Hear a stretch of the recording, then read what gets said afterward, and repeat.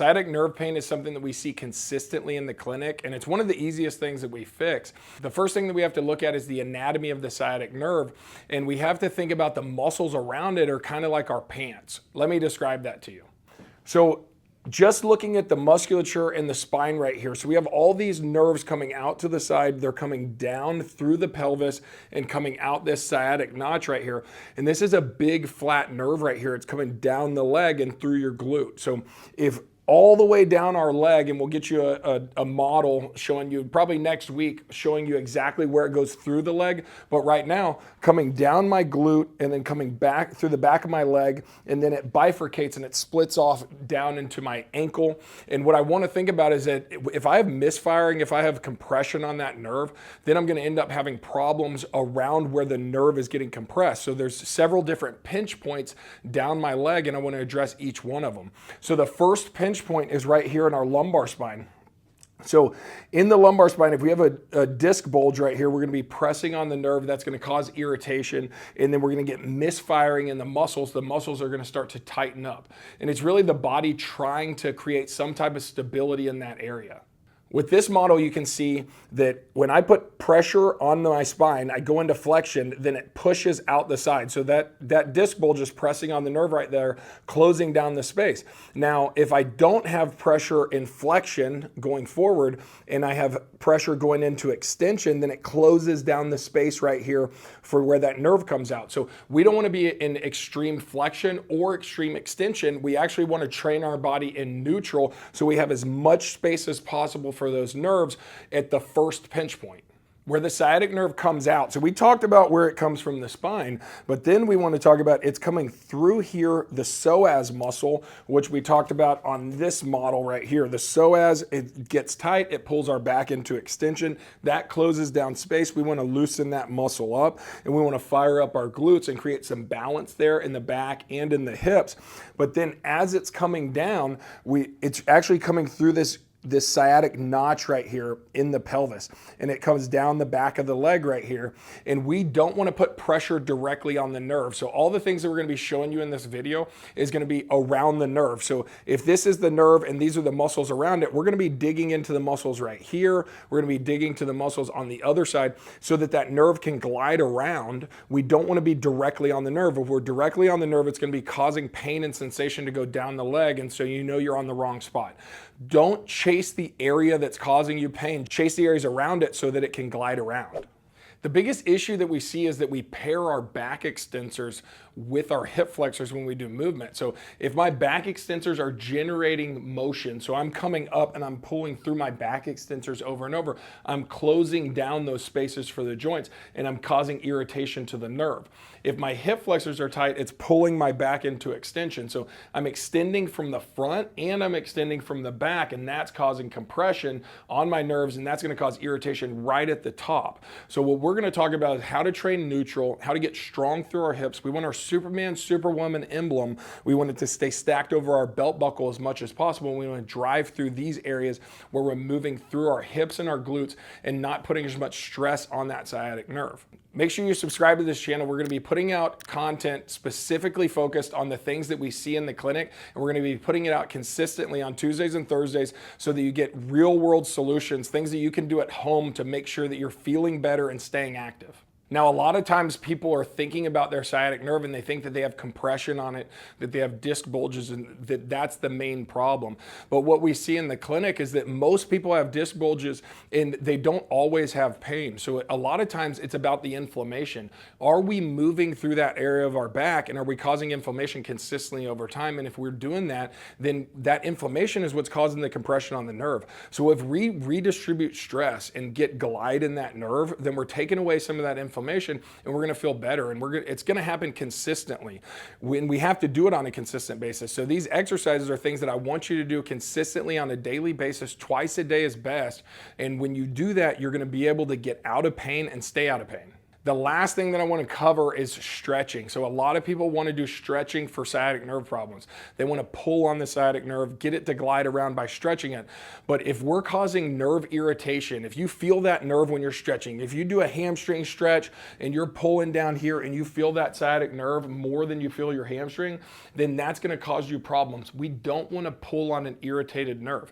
The nerve is not gliding around. We're actually just putting tension on it, and that's causing your problem to get worse. And one of the biggest things we want to focus on this channel is not making your problems worse, making them better. And so if we take away the cigarettes, we're going to have a healthier lungs. We can give you supplements for your lungs all day, but if we don't take away the cigarettes, then your lungs aren't going to be healthy. So it's the same thing with our sciatic nerve. If we don't take away the negative things that we're doing, like stretching and pulling on it consistently, then all the positive things aren't going to have the biggest impact. The first exercise we're going to do is actually a glute rollout. So what we're going to do is put this ball right here on our glute. We want to loosen up where muscles overlap. So our glute max, our gluteus medius, and our gluteus minimus all collide and cross each other on the outside of the glute right here. So what I want to do is get against the wall sideways, and then I drop down. I don't want to be on the bone. I want to be right at my belt loop right here off to the side, about 30 degrees out to the side. So now I get up against the wall. I drop my weight down, preferably doing this up against a door so I don't put a hole in the wall. We've had that happen before. So we're digging out that glute and loosening it up. You can do this on a countertop at home, but really digging that out, it's going to be uncomfortable, but that's what we want. But we're on the outside of the glute. Earlier we were talking about the muscles are kind of like your pants. And what I mean by that is that if I grab right here and create a corkscrew and tighten it up, now I've got all this tension.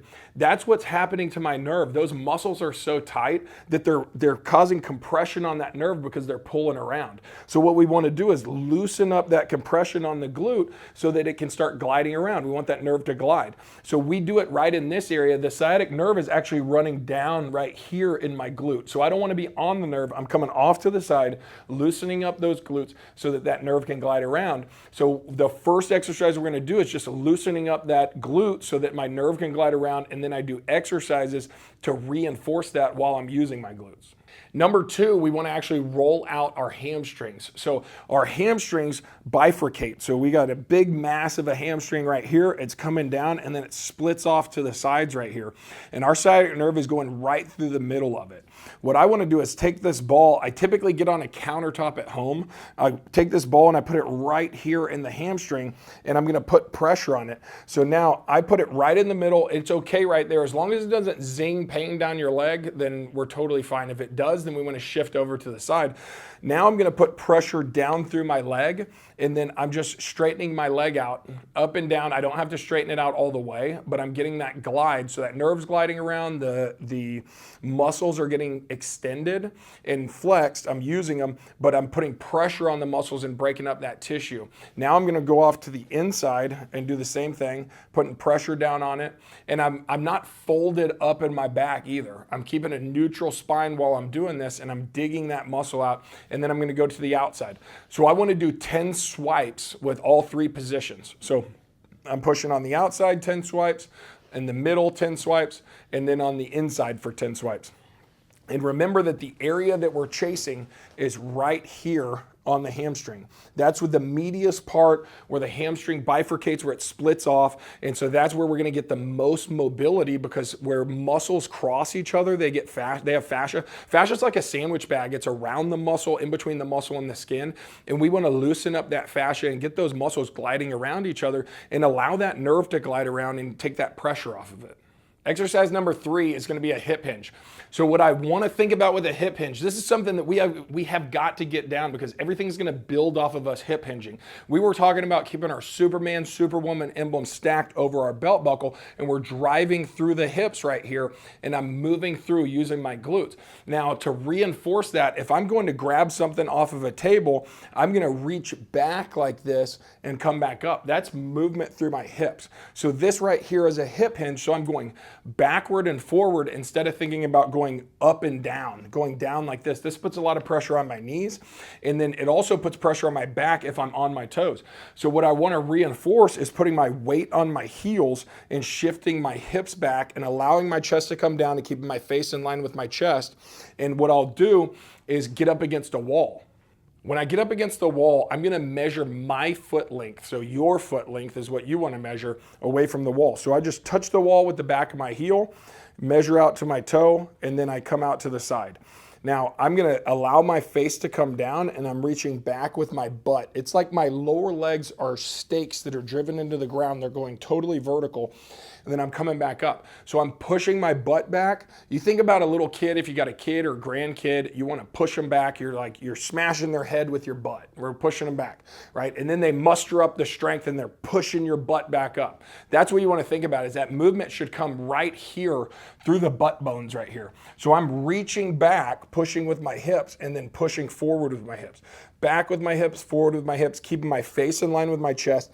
This is one of the most important things that we do, is maintain a neutral spine and move through the hips and strengthen up those glutes. And we want to recreate those movement patterns. If you do this 5 times a day, I'd be happy. You're going to get really good results from it as long as you're doing good form. So refer back to this video on exactly how we do it. Get your measurement away from the wall, and that's going to be the best way for you to practice. And then you can also get a chair in front of you. So right here, I put this chair in front of me, and then now I'm gonna reach back and I'm not touching the chair. So the chair is right in front of my lower leg and I'm not touching it at all. So my knees aren't shifting forward. And that's an easy way to dictate whether your knees are shifting forward and you're moving through your knees and your low back instead of moving through your hips. And we want you to feel tension through your hamstrings for probably the first 3 weeks, and then you'll start getting more tension and burning through your glutes. The fourth exercise we're gonna do to zap sciatic nerve pain is doing an active pigeon. It's a lot like a pigeon pose in yoga. What I'm gonna do is I'm gonna get on my bed, on this table. I can get on the floor. If it's easy for you to get up and down from the floor, then that's totally fine. And we'll give you another option if you can't get into this position or you have knee pain. So what I'm gonna do is I'm gonna slide this left foot underneath my right leg, and then I'm gonna drift back right here. So now I'm putting that sciatic nerve on tension, and then I'm using the glute to drive me back up. But I'm keeping my back in a neutral position, and I'm just gliding right here. Now I'm gonna do this, I'm gonna do 10 reps right here, getting that nerve to glide around and fire up my glutes, and then I'm gonna switch sides. One thing that I really dislike when people do it, because it causes a lot of their back to go into a lot of flexion, is that they'll try to drive this leg up here to get into that position. It causes it to tweak. It causes it to tweak. So what I wanna do is just slide my leg underneath and then drift back. And that's the easiest way for me to glide into the proper position, using that glute coming up, keeping my back in a neutral position and driving through this. And we do 10 of them. We want to do 2 sets of that with this routine. Now, if you have trouble getting on your knees, then there's another option that we can lay on our back. If we have back problems, if we have sciatica, then we want to lay down to the side consistently. We don't want to put all this stress on our back. This puts a lot of stress on our back to go up and down this way. So what I'm going to do is I'm going to lay down to the side, and then I'm going to roll back right here. Now, the same movement pattern is putting my leg up right here, and then I'm gonna pull my knee right here with my right arm, and my left arm, it's my right leg up, my right arm is right here above the knee, and then my left hand is on the lower leg. I'm gonna pull towards my opposite shoulder, and then I'm gonna drive away, and I'm doing 10 reps. Just using those muscles and making them glide around. Same thing, I'll just do a switch, get this leg over, and I'll be pulling for 3 seconds and then pushing for 3 seconds, and then pulling for 3 seconds and then pushing for 3 seconds.